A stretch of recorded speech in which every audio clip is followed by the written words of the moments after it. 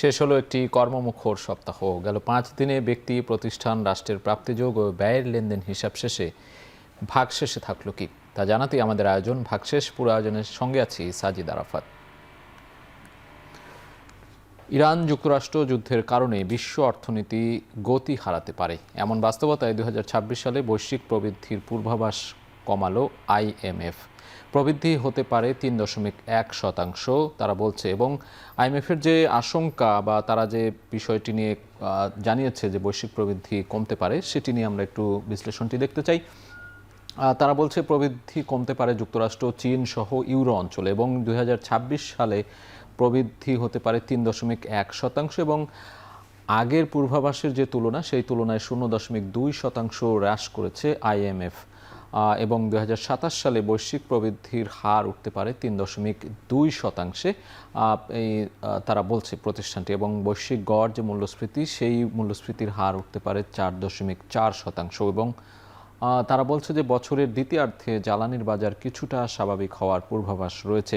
World economic যে বিশ্লেষণ, সেই বিশ্লেষণে তারা এই বিষয়গুলো তুলে ধরেছে। এবং বৈশ্বিক প্রবৃদ্ধির আমরা যদি একটু দেশভিত্তিক প্রবৃদ্ধির পরিমাণ দেখতে চাই, সেখানে দেখতে পাচ্ছি যে বেশ কয়েকটি দেশ রয়েছে, যুক্তরাষ্ট্র, চীন, ভারত, যুক্তরাজ্য, এবং সেই সাথে বাংলাদেশের বিষয়টিও এখানে তুলে ধরা হয়েছে। আমরা একটু দেখতে চাই যুক্তরাষ্ট্রে যে প্রবৃদ্ধির হার বলা হচ্ছে 2026 সালে সেটি 2.3%, এবং সেটি 2027 সালে গিয়ে কিন্তু কমতে পারে, 2.1% হতে পারে, সেটি পূর্বাভাস দিয়েছে তারা। এবং আশঙ্কা করছে যে বিশ্বের বড় বড় যে দেশগুলো রয়েছে, অনেক দেশই বৈশ্বিক প্রবৃদ্ধির যে হার, সেটি কমতে পারে। এবং চীনের ক্ষেত্রে আমরা দেখছি যে 4.4% প্রবৃদ্ধি 2026 সালে, এবং সেই প্রবৃদ্ধি 2027 সালে 4% নামতে পারে। এবং ভারতের কথা বলা হচ্ছে, ভারতের ক্ষেত্রে আমরা দেখছি যে এখানে প্রবৃদ্ধি সমান সমান তারা বলছে, এবং 6.5% চলতি যে অর্থবছর 2026-এ এটি পূর্বানুমান রয়েছে, এবং সেটি তার 2027 সালে গিয়েও 6.5%ই তারা বলছে। যুক্তরাজ্যের ক্ষেত্রে আমরা দেখতে চাই, যুক্তরাজ্যে কিন্তু আমরা অন্যান্য দেশের তুলনায়, যুক্তরাষ্ট্র, চীন বা ভারতের তুলনায় একটু ভিন্ন পরিস্থিতি দেখতে পাচ্ছি। সেখানে প্রবৃদ্ধি বাড়তে পারে সেটি বলা হচ্ছে, IMF সেটি জানিয়েছে, এবং 0.8% প্রবৃদ্ধি তারা বলছে 2026 সালে, এবং সেটি 1.3% উন্নীত হতে পারে 2027 সালে গিয়ে।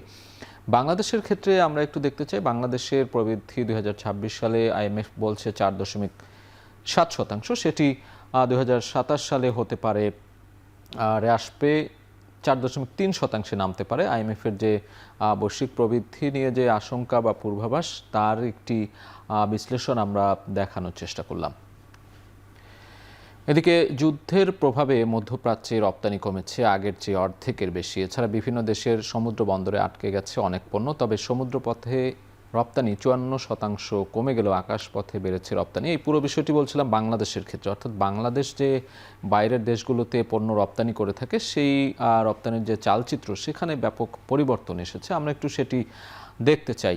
বর্তমান যে মধ্যপ্রাচ্য পরিস্থিতি বিরাজ করছে, সেই বিরাজমান অবস্থায় বাংলাদেশ থেকে যে রপ্তানির পরিমাণ, সেটি কিন্তু অর্ধেকে নেমেছে, অর্থাৎ অর্ধেক কমে গিয়েছে। আমরা পোশাক থেকে শুরু করে যে বিভিন্ন ধরনের যে কাঁচামাল, যে বিষয়গুলো রয়েছে, যেই অনুষঙ্গগুলো রয়েছে, সেগুলো রপ্তানি করে থাকি, সেগুলো সমুদ্রপথে পাঠানো অনেক চালান আটকে গেছে বিভিন্ন দেশের বন্দরগুলোতে, সেটি বলা হচ্ছে। এবং গত মার্চে মোট রপ্তানির 31% গেছে আকাশপথে, অর্থাৎ যেটি নৌপথে যাবার কথা ছিল বা সমুদ্রপথে যাবার কথা ছিল, সেটি অনেকটাই এখন আকাশপথে যাচ্ছে, এবং তার পরিমাণ আমরা দেখছি যে 31%।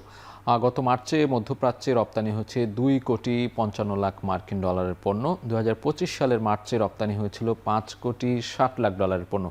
এখান থেকেই কিন্তু আমরা একটি পরিবর্তন বা বিশ্লেষণ করে যেটি পাই, যে গত মার্চ, অর্থাৎ চলতি বছরের যে মার্চ, সেখানে দেখা যাচ্ছে যে $2.55 কোটি পণ্য রপ্তানি করা হয়েছে মধ্যপ্রাচ্যে, এবং সেটি গত বছর একই সময়ে আমরা দেখছি যে 5,60,00,000 ডলারের পণ্য রপ্তানি হয়েছিল, অর্থাৎ অনেকটাই কিন্তু কমে গেছে। আমরা সেটি একেবারে অবলীলায় বোঝাই যাচ্ছে যে বর্তমান যে যুদ্ধ পরিস্থিতি, সেই যুদ্ধ পরিস্থিতি রপ্তানি খাতে কতটা নেতিবাচক প্রভাব ফেলেছে বাংলাদেশে, সেটি এখানে তাকালেই বোঝা যায়। চট্টগ্রাম ও মংলা বন্দর দিয়ে রপ্তানি হয়েছে 1,70,00,000 ডলারের পণ্য এবং মোট রপ্তানির 69%ই গেছে সমুদ্রপথে, অর্থাৎ সমুদ্রপথে কিন্তু 69%, আরও বেশি সমুদ্রপথেই কিন্তু যায় মূলত। তবে আকাশপথেও 31% গিয়েছে, কেননা বর্তমান পরিস্থিতির কারণেই এই অবস্থা বিরাজ করছে।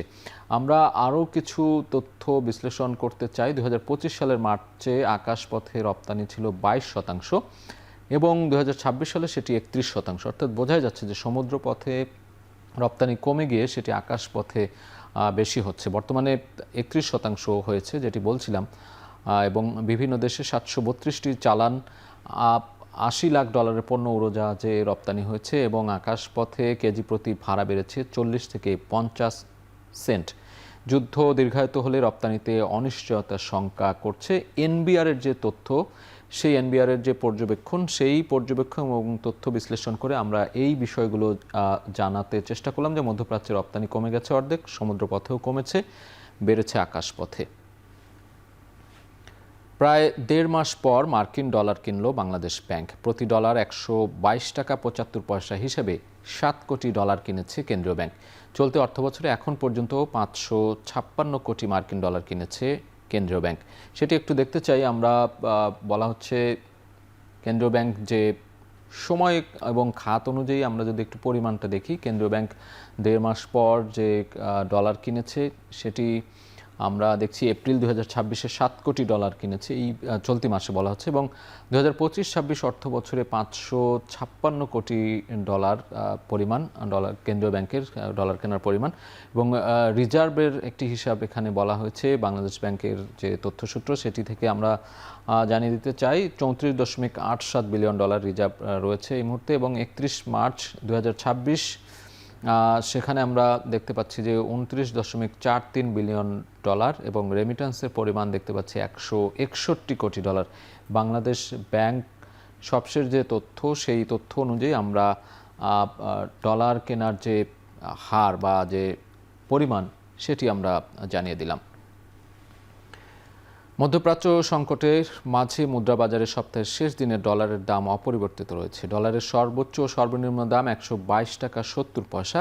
এক নজরে আমরা আজকের মুদ্রা বিনিময় যে হার, সেই মুদ্রা বিনিময় হার দেখে নেব। বৈদেশিক মুদ্রা বিনিময়ের হারে আমরা সপ্তাহ শেষে দেখতে পাচ্ছি ডলার রয়েছে, এখানে ইউরো রয়েছে, পাউন্ড রয়েছে, রুপি, ইউয়ান, বিভিন্ন দেশের যে মুদ্রা রয়েছে সেই মুদ্রাগুলোর ক্রয় মূল্য এবং বিক্রয় মূল্য যদি বিশ্লেষণ করি, ডলারের ক্ষেত্রে আমরা দেখতে পাচ্ছি ক্রয় মূল্য এবং বিক্রয় মূল্য অপরিবর্তিত রয়েছে। সেটি 122.70 টাকা ক্রয় মূল্য এবং সেটি বিক্রয় মূল্য অপরিবর্তিত 122.70 টাকায়। ইউরোর ক্ষেত্রে আমরা দেখছি যে ক্রয় মূল্য চেয়ে বিক্রয় মূল্য কিন্তু বেশি, 144.76 টাকা ক্রয় মূল্য এবং বিক্রি হচ্ছে 144.79 টাকা। পাউন্ডের ক্ষেত্রে আমরা দেখছি 166.35 টাকা ক্রয় মূল্য, বিক্রি হচ্ছে 166.44 টাকায়। রুপি অপরিবর্তিত রয়েছে 1.31 টাকা এবং ইউয়ানের ক্ষেত্রে আমরা 17.99 টাকা ক্রয় মূল্য এবং বিক্রি হচ্ছে 18 টাকায়। বাংলাদেশ ব্যাংক সপ্তাহ শেষে মুদ্রা বিনিময়ের যে হার, সেই হার আমরা জানিয়ে দিচ্ছি। এবং সবশেষ আরও 3টি মুদ্রা এখানে দেখছি, ইয়েন, অস্ট্রেলীয় ডলার এবং সিঙ্গাপুরি ডলার। ইয়েনের ক্ষেত্রে অপরিবর্তিত রয়েছে, ক্রয় বিক্রয় একই রকম আমরা দেখছি 0.77 টাকা। অস্ট্রেলীয় ডলার 87.95 টাকা ক্রয় মূল্য এবং পক্ষান্তরে বিক্রি হচ্ছে 88 টাকায়। সিঙ্গাপুরি ডলার 96.53 টাকা ক্রয় মূল্য, বিপরীতে 96.56 টাকা বিক্রয় মূল্য।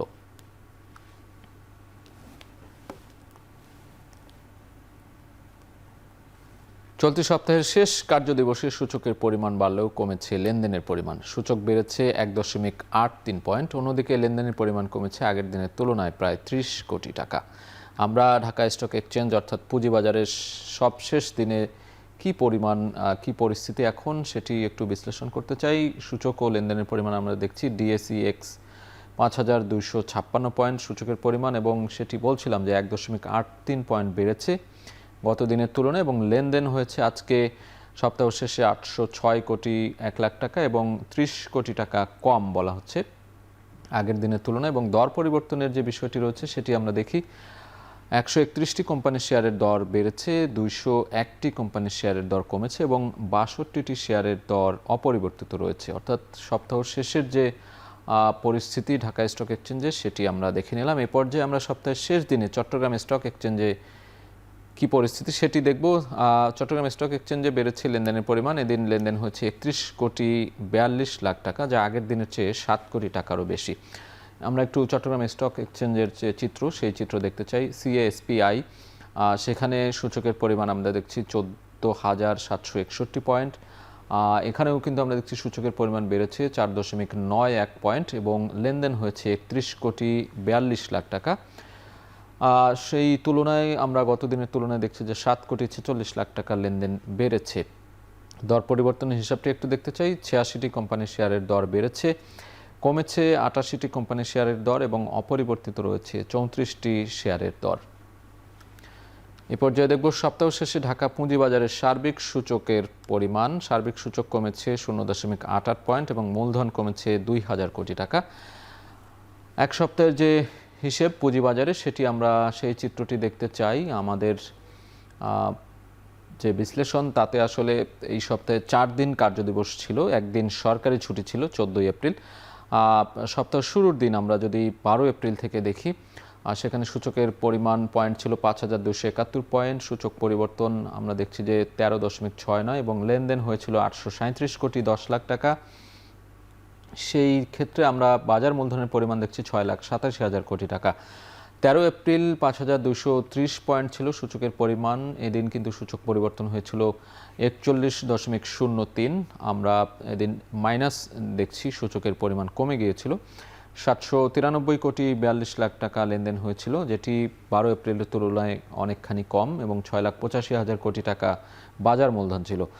মাঝখানে 14 এপ্রিল সরকারি ছুটির দিন ছিল, তারপরেই 15 এপ্রিলে আমরা দেখছি যে সূচকের পরিমাণ 5,254 পয়েন্ট, 24.63 সূচকের পরিবর্তন আমরা দেখছি এবং লেনদেন এদিন কিন্তু বেড়েছিল আগের দিনের তুলনায়। 836 কোটি টাকারও বেশি লেনদেন হয়েছে, 6,85,000 কোটি টাকা বাজার মূলধন। এবং 16 এপ্রিল আজকের আমরা সপ্তাহের শেষ দিনে দেখছি 5,256 পয়েন্ট, 1.83 পয়েন্ট সূচক বেড়েছে এবং 806 কোটি টাকার বেশি লেনদেন হয়েছে এবং বাজার মূলধনের যে পরিমাণ সেটি আমরা দেখছি 6,85,000 কোটি টাকা। এটি ঢাকা স্টক এক্সচেঞ্জের সপ্তাহ শেষের একেবারে হালনাগাদ চিত্র।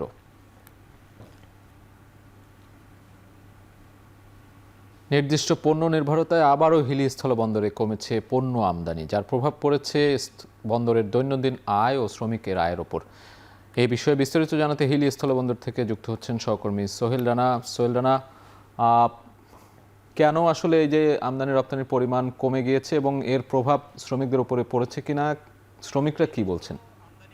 পণ্য নির্ভরশীলতার কারণে হিলি স্থলবন্দরে আবারও আমদানির যে পণ্যের গতি সেটি কমেছে। আমরা দেখছি যে বিগত 2 মাস আগেও কিন্তু এই বন্দরে 100 থেকে 150 ট্রাক পণ্য ভারত থেকে আমদানি হতো। সেই আমদানির পরিমাণ কিন্তু কমে এখন দাঁড়িয়েছে 40 থেকে 50 ট্রাক, কোনোদিন 70 ট্রাক সর্বোচ্চ আমদানি এই বন্দর হয়েছে, যার প্রভাব কিন্তু বন্দরে যারা শ্রমিক রয়েছেন তাদের আয়ও পড়েছে। আমরা দেখছি যে বন্দরের যে দৈনন্দিন আয় সেখানে কিন্তু প্রভাব পড়ছে, বন্দর কর্তৃপক্ষ কিন্তু আমাদেরকে জানিয়েছেন। আমি এই স্থলবন্দরে বেশ কয়েকজন আমদানিকারকের সাথে কথা বলেছিলাম, তারা যেটি বলছেন যে মূলত এই বন্দরটি বিশেষ করে চাল, গম, ভুট্টা, পেঁয়াজ সহ বেশ কিছু পণ্যের উপর নির্ভরশীল। এই পণ্যগুলোর মধ্যে বেশিরভাগ পণ্যই কিছু সময় ভারতের পক্ষ থেকে, কিছু সময় বাংলাদেশের পক্ষ থেকে নিষেধাজ্ঞা দেওয়া হয়, যার কারণে কিন্তু কিছু আমদানির গতি সেটি কিন্তু কমে যায় এবং থমকে যায়। আমরা দেখি থমকে যায়, যার প্রভাব কিন্তু বন্দরের ব্যবসা বাণিজ্য রয়েছে, শ্রমিক রয়েছে, বন্দর কর্তৃপক্ষ সবকিছুর উপর একটা বড় ধরনের প্রভাব ফেলে। সেই জায়গা থেকে কাটিয়ে উঠবার জন্য বিশেষ করে কিন্তু বন্দরে যারা ব্যবসায়ী রয়েছেন তারা বারবার করে সরকারের কাছে দাবি জানাচ্ছেন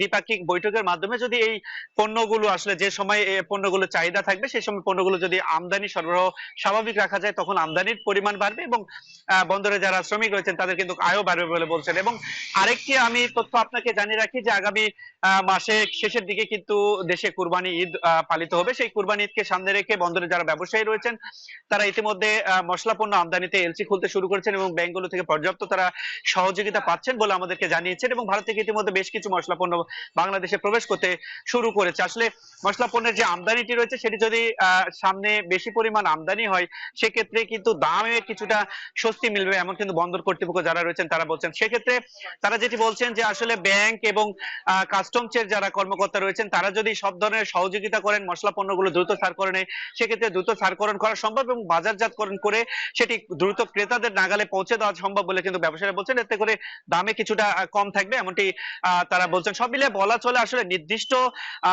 পণ্য আমদানি নির্ভরতার কারণে কিন্তু বন্দরটি মাঝে মাঝে মুখ থুবড়ে পড়ে, যার প্রভাব কিন্তু বন্দরের শ্রমিক এবং বন্দর কর্তৃপক্ষ যারা আছেন সকলের উপরই পড়ে। সাজিদ।